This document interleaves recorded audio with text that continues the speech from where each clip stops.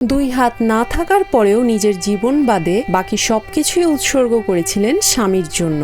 ব্যবস্থা করেছিলেন স্বামীর সরকারি চাকরিরও। কিন্তু সেই পাষণ্ড স্বামী সুযোগ বুঝে বানু আক্তারকে ছেড়ে ঘর বেঁধেছে অন্য নারীর সঙ্গে। স্বামীর প্রতারণায় বানুর দুঃখের সাগর পরিণত হয়েছে মহাসাগরে। তবুও তিনি নিজের উপার্জনে বেঁচে থাকার স্বপ্ন দেখেন। চাকরি পাইয়া 6 মাস পরেই সে টালটি বাল্টি শুরু করে দিল। সংসার করবে না, আবার একটা বিয়ে করব, আমি প্রতিবন্ধী, তাকে দিয়ে আমাকে দিয়ে তার সংসার হবে না। সে গোপনে একটা বিয়েও করছে, প্রেম করছে ওই মেয়ের সাথে। ওই মেয়ে বলছে যে আমার সংসার নাই, আমি বিয়ে করি নাই, অবিয়াত। ওই মেয়েও বলছে যে একটা সরকারি চাকরিজীবী ছেলে, বিয়ে করলে ভালো, বিয়ে করছে। দুই হাত না থাকলে বাস্তব জীবনে যে কত সমস্যা তা ছোটবেলায় বুঝতেন না বানু আক্তার। আর 10টা মেয়ের মতোই বাবার কাছে রাজকন্যার আদরেই বড় হয়েছেন বানু। কিন্তু সময়ের সাথে সাথে বানু বুঝতে শুরু করেন নিজের প্রতিবন্ধকতা। ছোট থাকি যখন আমি প্রতিবন্ধী হই, তখন তো হাঁটা শিখা চলাফেরা তো অনেক ছোটকালে অত বড় তাও মালুম নাই, করি নেই, হয়তো চলছি। তখন তো পোলাপান মানুষ, যেভাবে হাত নেই এটা মালুম করিনি। আস্তে আস্তে বড় হইলাম, আস্তে আস্তে বুঝ যখন হয় তখন আমি বুঝি যে আমার হাত নেই। সমবয়সী মেয়েরা যখন স্কুলে যেত, বানুরও তখন ইচ্ছে হয় স্কুলে যাবার। পড়ালেখার প্রবল আগ্রহ দেখে বাবা ভর্তি করিয়ে দেন স্কুলে। প্রাথমিকের গণ্ডি পেরিয়ে 8ম শ্রেণী পর্যন্ত পড়ালেখা করেন বানু। স্কুল ভর্তি হইলাম, যে দেখি অন্যদের মতো ভালো মেয়েরা স্কুল যায় আসে, ওদের মতো আমি লেখাপড়া করতে পারবো কিনা, চলতে পারবো কিনা। লেখাপড়া করি, লেখাপড়া করার কালে লেখাপড়া করতে করতে এইভাবে বড় হইলাম। আস্তে আস্তে একটু লেখাপড়া করছি ক্লাস 8 পর্যন্ত। বাবার দারিদ্রতার কারণে 8ম শ্রেণীর পর লেখাপড়া বন্ধ হয়ে যায় বানু আক্তারের। হাত পা না থাকলেও এরপর মনোযোগ দেন কাপড় সেলাই ও পুঁথি নিয়ে বিভিন্ন জিনিস তৈরির কাজে। পা দিয়ে কাপড় সেলাইয়ের কাজ শুরু করেন। ধীরে ধীরে সেলাইয়ের কাজে দক্ষ হয়ে ওঠেন বানু। অনেকে তো কাজ করে, অনেকে সেলাই করে কাজ করে, হাতের কাজ করে। এগুলো একটু আস্তে আস্তে মাথায় নেই। আগে বাসায় হচ্ছে কেসি দিয়া বাসায় নিজে নিজে কাপড় কাইটা সুই দিয়ে সেলাইতাম, মেশিন ছিল না। সুই দিয়ে সেলাইতে এবার করে বানায় কিনতাম। তারপরে একটা মেশিন পাইলাম। বান্ধবীদের দেখে এবার বানুর স্বপ্ন দেখতে শুরু করেন সংসার করার। তবে দরিদ্র বাবার প্রতিবন্ধী মেয়ের এমন স্বপ্ন কোনোদিন পূরণ হবার নয় এটাও বুঝতেন বানু। সিনেমার গল্পের মতোই একদিন বানুর মোবাইলে অচেনা নাম্বার থেকে ফোন আসে। কথা বলতে বলতে সখ্যতা তৈরি হয় খোরশেদ আলম নামের এক যুবকের সঙ্গে। বানু তার স্বপ্ন পূরণের সম্ভাবনা দেখতে থাকেন। সংসারের দিকে আগ্রহ আসলো।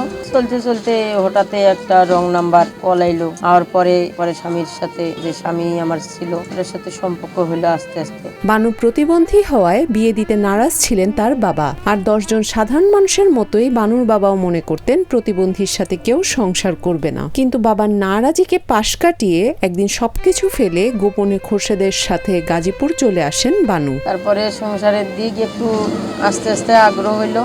তখন আমার আব্বা যখন বিবাহ দিব না, তখন আমি চলে আসলাম। না, ফোনে কথা বলার পর দেখা সাক্ষাৎ হয়েছে। বেশি দূর না, আমি পড়তাম এই যে ডিমলা থানা, উনি করতো নীলফামারী। আমাদের জেলা হচ্ছে নীলফামারী। উনি নীলফামারীতে কলেজে পড়ে, আর আমি আমার ডিমলা থানাতে এখানে স্কুলে পড়তাম। পালিয়ে বিয়ে করে নিজের আয়ের টাকায় স্বামী খোরশেদকে উচ্চ মাধ্যমিক থেকে স্নাতকোত্তর পাশ করান। উচ্চশিক্ষিত হয়েই বেঁকে বসে বানুর স্বামী। তাকে বারবার চাপ দিতে থাকে চাকরি জোগাড় করে দেওয়ার জন্য। এরই মধ্যে শর্ত দিয়ে বসে তার স্বামী, চাকরি জোগাড় করে না দিলে সংসার করবেন না তিনি। আমি আই থেকে মাস্টার্স পর্যন্ত লেখাপড়া করাইলাম। লেখাপড়া করার শেষে একটা চাকরির আমার চাপ দিল। একটা ছেলে হইলো, তখন ছেলেটার বয়স তখন আড়াই তিন বছর এরকম হবে। চাকরির চাপ দিল যে তাকে চাকরি দিলে সে আমাকে নিয়ে খাবে। স্বামীর শর্ত শুনে সংসার ধরে রাখতে মরিয়া হয়ে ওঠেন বানু আক্তারও। চাকরির জন্য ঘুরতে থাকেন বিভিন্ন মানুষের দাঁড়ে দাঁড়ে। আমাদের প্রতিবন্ধী দিবসের অফিস আছে, সেখানে গেলাম।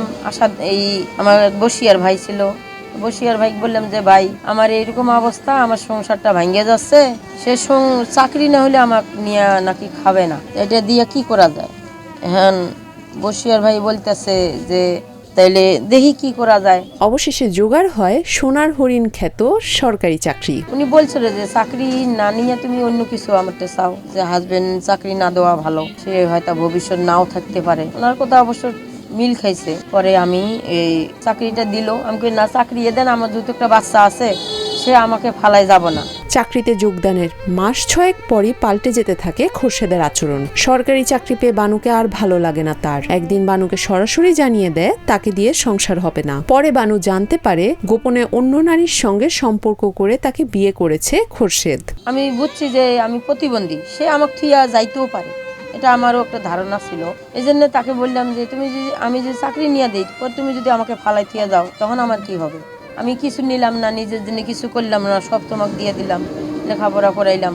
তখন উনি মসজিদে ঢুকা কোরআন দিয়া কিরা করছে, এক হুজুরও ছিল ওর সাথে, যে কোরআন শপথ করে কইলাম আমি জীবনে তোমাকে ফিরে যাব না। স্বামীর বিয়ের খবর শুনেও সংসার ধরে রাখতে চেষ্টার কোনো কমতি রাখেনি বানু আক্তার। ঠিকানা জোগাড় করে সেই মেয়ের বাড়িতে যান সমাধান করতে। নিজের প্রতিবন্ধকতা স্বীকার করে সতীনের সাথেই স্বামীর সংসার করতে চেয়েছিলেন, তবে সেই সুখও তার কপালে ছিল না। আমি মেয়েটার বাড়িতেও গেছিলাম, চেষ্টা করলাম যে মেয়েটাকে বুঝায় কয়া যে সংসারটা এত সুন্দর করি জোরও করলাম, গড়ে আনলাম, এখন নষ্ট হইতেছে। দেখি গেলাম, বুঝলাম যে হয়তো ওই মেয়েও থাক, আমি যেহেতু প্রতিবন্ধী, সে একটা বিয়ে করছে করি, মেয়েটাও থাক, আমিও থাকি। অনেকে 2-3 বউ নিয়ে খায় না, খায় অনেকে, বউর সাথে মিলামিশা থাকলে।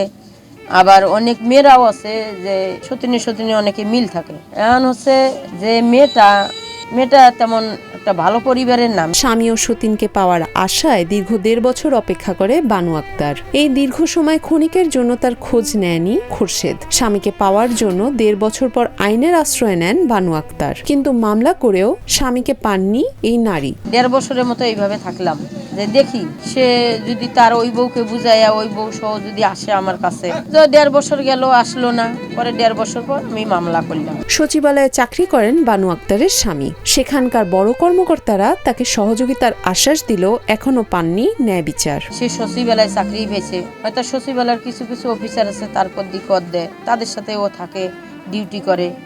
অফিসারদের সাথেও আমি কথা বলছি, ওরা আমাকেও আশ্বাস দিছে কাজ করব। আবার আমার স্বামীকেও আশ্বাস দিছে তাকে, তুমি নিশ্চিন্তায় ডিউটি করো, তোমার বউ কিছু করতে পারবো না। সংগ্রামী এই নারী বর্তমান সেলাই ও পুঁথির কাজের পাশাপাশি লোন করে একটি মুদির দোকান দিয়েছেন। এখনো অপেক্ষায় আছেন তার স্বামী তার কাছেই ফিরবেন। পুঁতির কামটা খুব কম চলে, নেয় না। পুঁতির দাম অনেক বাড়তি তো, নেয় না। মানে 2-3 মাস পর একটা মাল অর্ডার হয়। আর এখন দোকানেই বেচা কিনা করতেছে বেশিরভাগ। সেলাই মেশিন এই যে নিজের কাপড় টাপড় বানাই। দোকান দিছি এটা 2 মাস। 2 মাস কৃষি ব্যাংক থেকে একটা লোন আনছি, 1,20,000 টাকা লোন আনছি, দোকানে মাল উঠেছি। কিন্তু দোকানে যেসব টাকা ঢুকাইছি এটা এখনো 1 টাকাও বাইর করিনি। সংসার চালানো, বাচ্চার ভবিষ্যৎ আর স্বামীর চিন্তায় বর্তমানে বেশ অসুস্থ বানু আক্তার। বানুর পিত্তথলিতে পাথর হয়েছে, সুস্থ হতে অস্ত্রোপচারের প্রয়োজন, অপারেশনের খরচও অনেক। সংগ্রামী এই নারী তার সুচিকিৎসার জন্য বিত্তবানদের সহযোগিতা কামনা করেন। ছেলেটা একটু মানুষ করি, আমার অপারেশনটা নিয়ে আমি খুব একটু চিন্তিত আছি, যে এটা দিয়ে যদি আমি হয়তো আর 5টা বছর বাঁচি থাকলে আমার বাচ্চাটা একটু স্বাবলম্বন হলে, ও নিজে চলাফেরা করি, খাবার পাইলে।